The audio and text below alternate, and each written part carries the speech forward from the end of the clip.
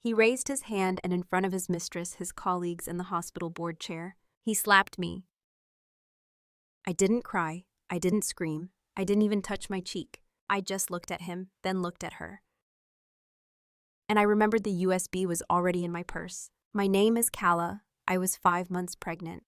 And this wasn't the first lie I'd uncovered. Where in the world are you listening from? Drop it in the comments, and don't forget to subscribe for more stories like this. Let me take you back to the day before the party, to the first sign that my marriage wasn't real.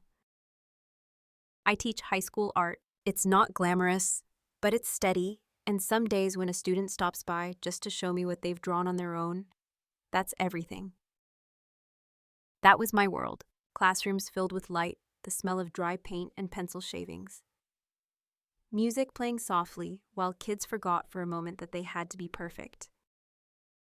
Nate, he never stepped into that world. My husband wore his white coat like a badge. Orthopedic surgeon, sharp jaw, brilliant resume, the kind of man everyone claps for when he walks into a fundraiser. And in the beginning, I clapped too. We met at a charity auction for the arts. He donated a ridiculous amount to impress someone. I guess that someone was me. For a while, it felt real. We had dinners with linen napkins and classical music, and I used to rehearse what I'd say just to sound smart enough to match him. But it's funny how a person can be warm in public and cold when the doors close. Still, I stayed, because he could be kind, because we were trying, because when I found out I was pregnant, I thought maybe that would bring us closer again. It didn't. If anything, it made him more distant. He'd come home later. He stopped touching my belly, said I was too sensitive if I brought it up. But I wanted to believe the distance was temporary. Until Sierra walked back into our lives. She'd been my friend in college. Not close, but the kind who shares cigarettes on the dorm rooftop and cries over breakups with mascara down her cheeks. When I heard she was transferring to the hospital, I was happy for her.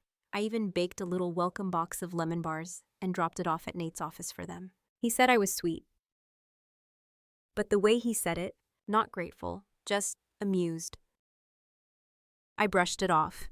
Pregnancy makes you paranoid, right? That's what I kept telling myself. Until I saw the first message. It was just a flash on his phone, Sierra's name, a winky face, and the words, "Still thinking about last night." That was the first time I felt something crack. Not explode, just crack. Like the start of a hairline fracture in glass, the kind you don't notice at first until the whole thing shatters. But back then, I still tried to believe in him. In us, even when the silence between us grew louder than words ever could. The next morning, he made me tea. That's how it always started. Not flowers, not apologies, just small gestures, quiet enough to make you feel like you were the one overreacting. I made it with ginger, he said, placing the mug in front of me. It's supposed to help with nausea. I looked at him, at his perfect shirt, his perfect tone, and I wanted to ask, did you text her before or after you boiled the water? But I didn't say anything. I took the tea.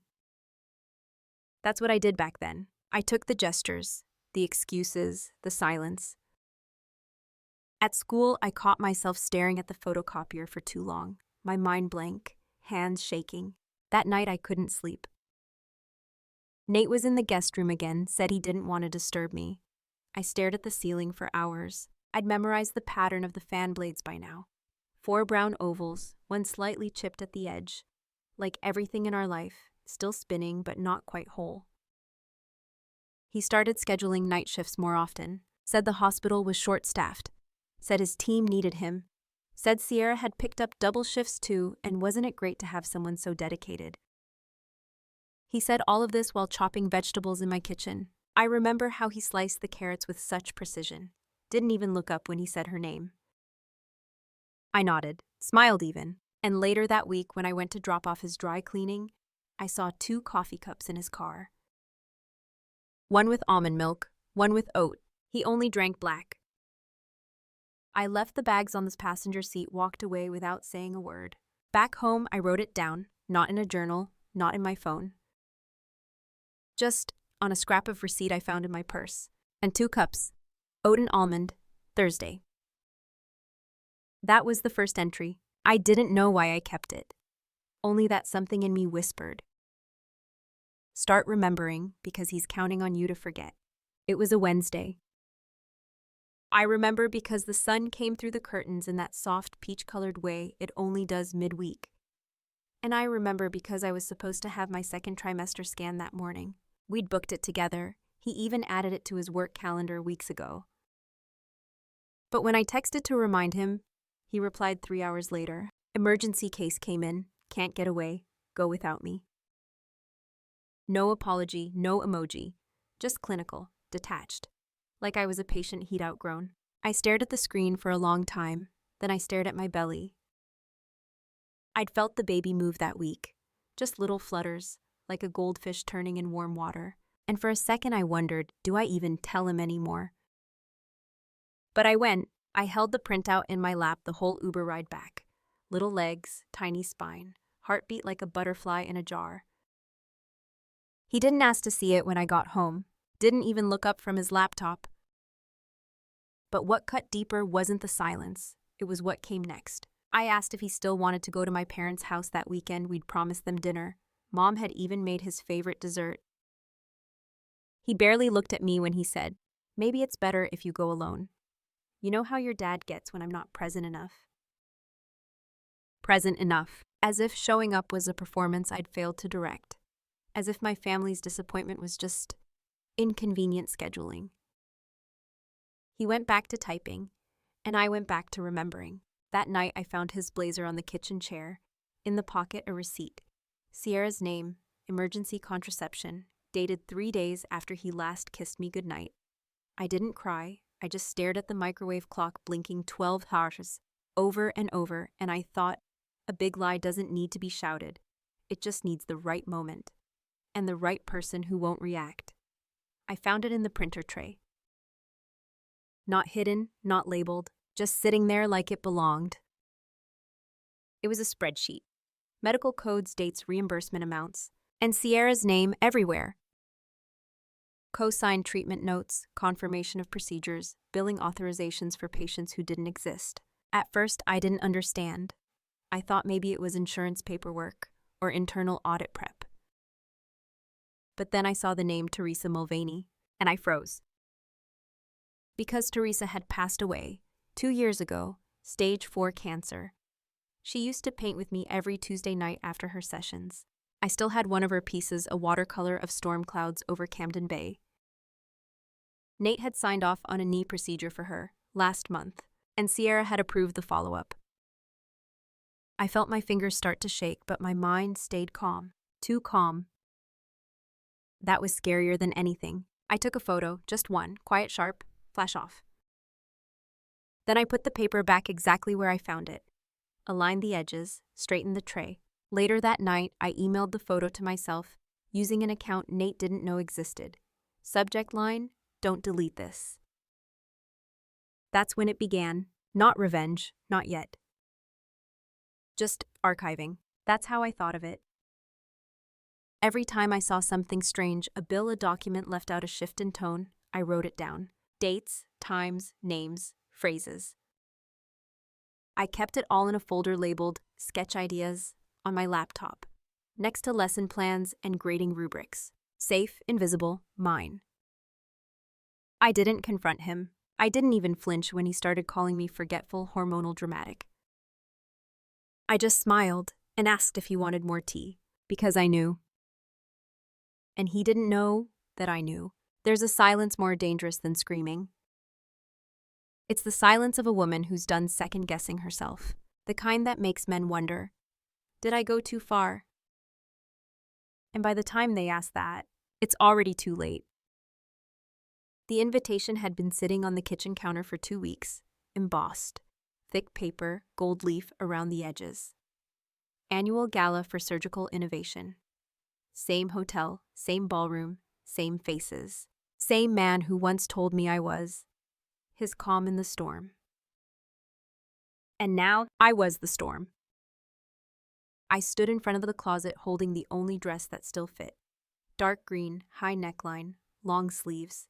It didn't scream anything, but it didn't apologize either. My reflection looked tired, but sharper than before. 5 months pregnant, but I'd never felt more awake. I ran my fingers along the spine of the flash drive. It was small, light, but it hummed in my hand like it carried the weight of the world.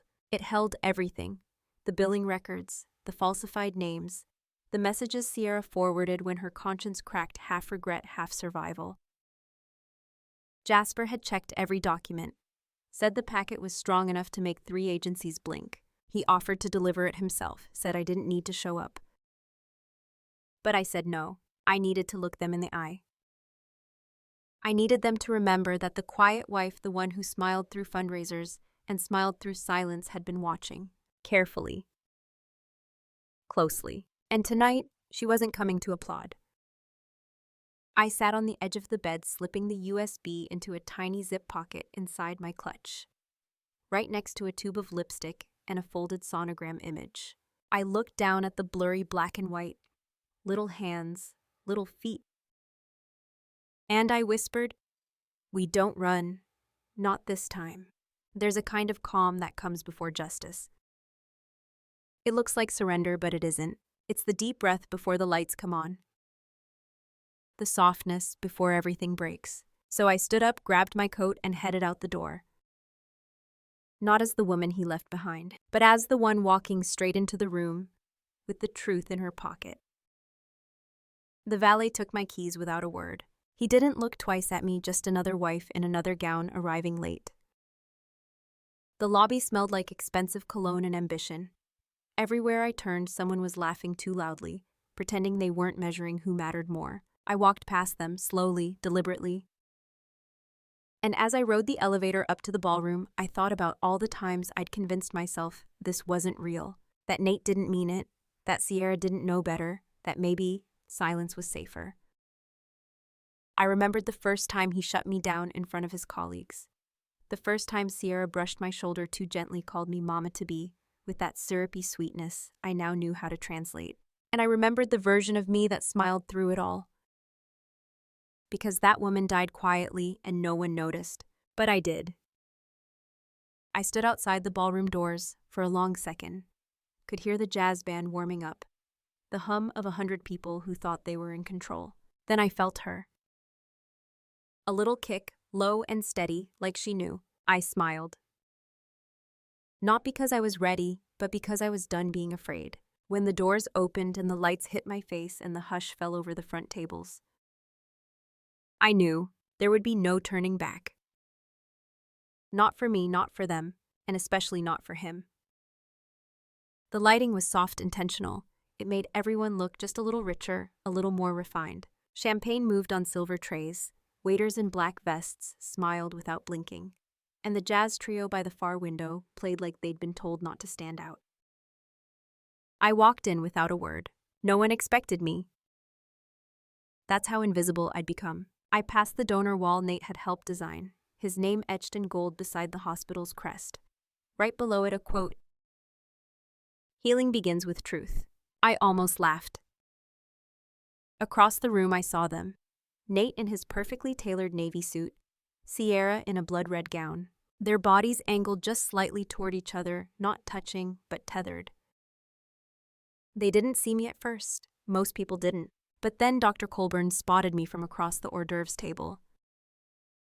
"Calla," he blinked. "Didn't think you'd be here tonight." I smiled. Neither did he. Colburn looked confused, nervous even. He wasn't used to me speaking like that. I moved past him and found my seat, table 7. Name card written in cursive, Miss Calla Winthrop. Not mint, not +1. Still his wife, technically, still included. I sat down slowly, placing my purse on my lap. I felt the USB through the lining. Cool, solid. 2 seats over, I heard whispers. "She looks different. Did she gain weight?" "No, she's pregnant, remember?" Yes, I remember. But I also remembered the password to Nate's shared drive. The one he forgot I helped him set up. The one labeled admin only. That's where I found the billing templates, the ghost patients, the list of surgeries Sierra had signed off on for people who never walked through a door. The plan wasn't dramatic. I didn't need a microphone or a stage. All I needed was a screen and 30 seconds of their silence, so I sat waited. And when Nate finally saw me, his hand stilled mid-gesture. His smile slipped just half an inch, not enough for others to notice, but enough for me. I raised my glass to him. From across the room, he raised his back slowly, confused. He didn't know yet, but he would. Tonight wasn't for pretending, it was for remembering, and I remembered everything. Someone tapped a glass. The soft clink echoed across the ballroom, pulling the room into focus. A woman in a velvet dress leaned into the mic. Before dessert, she said, smiling wide, "We'd like to take a moment to thank one of our most generous donors, and a man who has saved more lives than we can count, Dr. Nathaniel Winthrop." Applause, predictable, polite, all practiced. I watched Nate rise from his chair 2 tables away, smiling with just the right amount of humility. He buttoned his blazer, slowly placed a hand over his heart, and nodded like a man who knew how to receive praise without seeming greedy. He glanced at Sierra, then at me, only briefly, as if I were a smudge on the edge of his reflection. "And we're honored Dr. Winthrop's wife Calla is here," the woman said. "She's asked to share a few words." I hadn't, but I'd registered earlier just as a donor. I stood. The room hushed. I walked to the podium. No shaking, just calm. "Good evening," I said. "Thank you for the warm welcome." Nate shifted in his seat. Sierra crossed her legs the other way. Her hand brushed his knee. I kept going. "I wasn't sure I'd be here tonight," I continued. But then I remembered something my husband once said. I paused. "Let it hang." He said, "Healing begins with truth." A few heads nodded. That's why I wanted to share a few truths tonight. I reached into my purse, took out the USB, held it between my fingers like a bookmark in a story only I had read. In a few moments, I said the AV team will be playing a short video I sent earlier this evening. It's not flashy, no music, just numbers, dates, authorizations. Nate's face began to pale, but sometimes I said quietly, numbers say more than speeches ever could. I stepped back from the mic. The room didn't breathe. The screen behind me flickered to life, and in that silence, my silence, the truth began to speak. The first slide was quiet. Just a name, a date, a signature. Then another. And another. Sierra's name, Nate's initials, side by side. Approval stamps, billing codes, outpatient surgical follow-up, patient Teresa Mulvaney. A ripple moved through the crowd. Someone near the front whispered, "Isn't she?" "She's dead," someone else finished. Next slide. A list of insurance payouts. Red circles highlighting totals: 11 odds 420, 8,790, 16,050. No voiceover, no explanation, just numbers. Because numbers don't lie, and neither do ghosts. Nate stood up, not fast, not panicked. Measured, but his hand twitched. "Calla," he said softly, "what are you doing?" I didn't answer. I didn't need to. Sierra stood next. Her chair scraped against the floor. She was pale, eyes wide, the color drained from that red dress she picked so carefully. "I think there's been a mistake," she tried. Someone laughed, short, sharp, not friendly. The woman from the board, Margaret Sloan, stood too, turned toward Nate with her arms crossed. "You vouched for these records," she said. Her voice wasn't angry, it was worse. Disappointed, Nate stepped forward, half turning toward the screen. This isn't what you think. These aren't mine." The next slide interrupted him, an email screenshot, his to Sierra. "Just update the chart. Nobody checks the secondary codes. Keep it moving. Date, time, subject line, clean and submit." Gasps now, no longer polite. Sierra whispered, "You said no one would find it." Nate turned to her, eyes blazing. "You said you deleted that thread." I didn't move, didn't blink. I just watched them turn on each other in the ballroom they once used to keep me small. I heard a phone unlock behind me, then another and another. Margaret Sloan stepped forward. "I think we need to pause the program," she said tightly, "and call legal." Nate looked at me one last time, like he still couldn't believe I'd done this. But I hadn't done anything. I'd simply stopped hiding what was already true. The lights stayed on, the room didn't applaud, no one toasted, and for once he stood in silence. While I stayed seated, no one stopped me as I left. No hand on my shoulder, no let's talk, no scene in the parking lot. The doors of the ballroom closed behind me, and that was it. It was almost quiet, too quiet for what had just happened. I sat in my car for a long time, engine off, hands on the wheel, heartbeat steady. The clutch sat on the passenger seat, USB still inside. Not that it mattered now, everything was already in motion.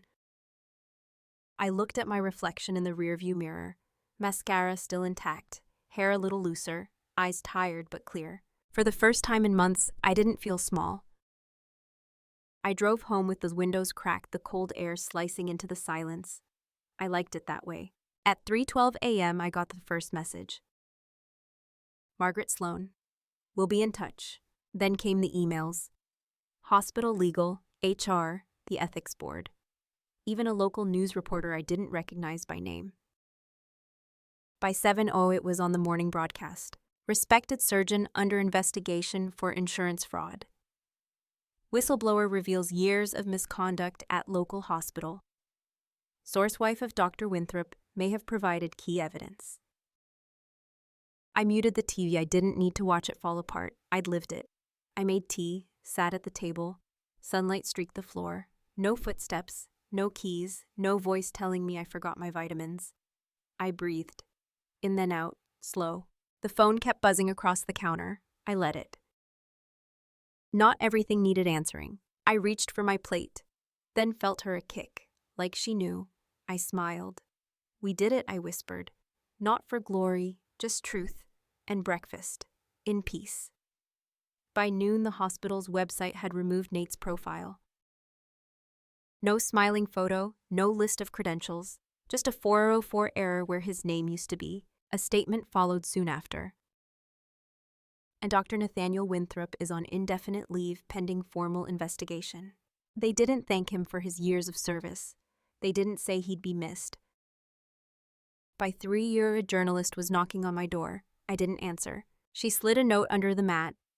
We support whistleblowers. Your voice matters. I smiled at the irony. It wasn't my voice that brought him down. It was my silence. That night, I received a call. Blocked number. I let it go to voicemail. His voice tight, low, desperate. Calla, please, they're coming after my license. You need to tell them this was a misunderstanding.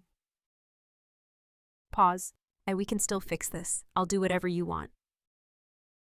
Fix, as if this were a scratch on his car. 5 minutes later, another voicemail, this one from Sierra. She was crying, or pretending to, hard to tell after all these months. I didn't know he was using my name. He said it was routine. They're threatening charges. My parents are devastated. Then, please, I never meant to hurt you. But she did.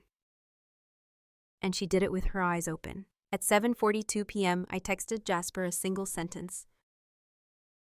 Let's proceed.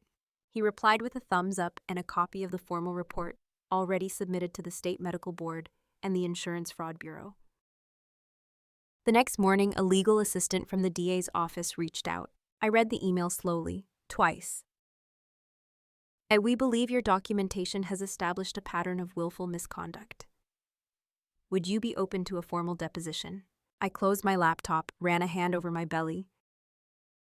She kicked again, that same rhythm, strong, unapologetic. I thought about Sierra's voice on the voicemail, about Nate's panic, about the dozens of nights I lay in bed wondering if I was the one losing grip on reality. And now the only thing unraveling was their version of the truth. I made another cup of tea, the same mug I used the night before, didn't even bother to wash it. I liked the trace left behind. It reminded me that something had been here and then gone, just like them. Just like who I used to be, and for once I didn't feel sorry. Her name is Wren. She came into the world quietly, just like I left his. I haven't heard from Nate in months. He lost his license. Sierra disappeared from the headlines. Both of them stopped mattering the day I stopped explaining. I live small now and free. The house is quiet, but not heavy, not like before. I paint again, sleep when Ren sleeps, make tea without thinking of who'll criticize the flavor. People call me strong, but strength didn't bring me here. Clarity did. Truth did. A choice to stop waiting for someone else to hand me peace. And if you're listening, and you're still shrinking, still second-guessing, just know you're not difficult. You're not too much. You're just awake. And awake women. We don't burn things down. We outgrow the fire. Then we walk away carrying only what matters.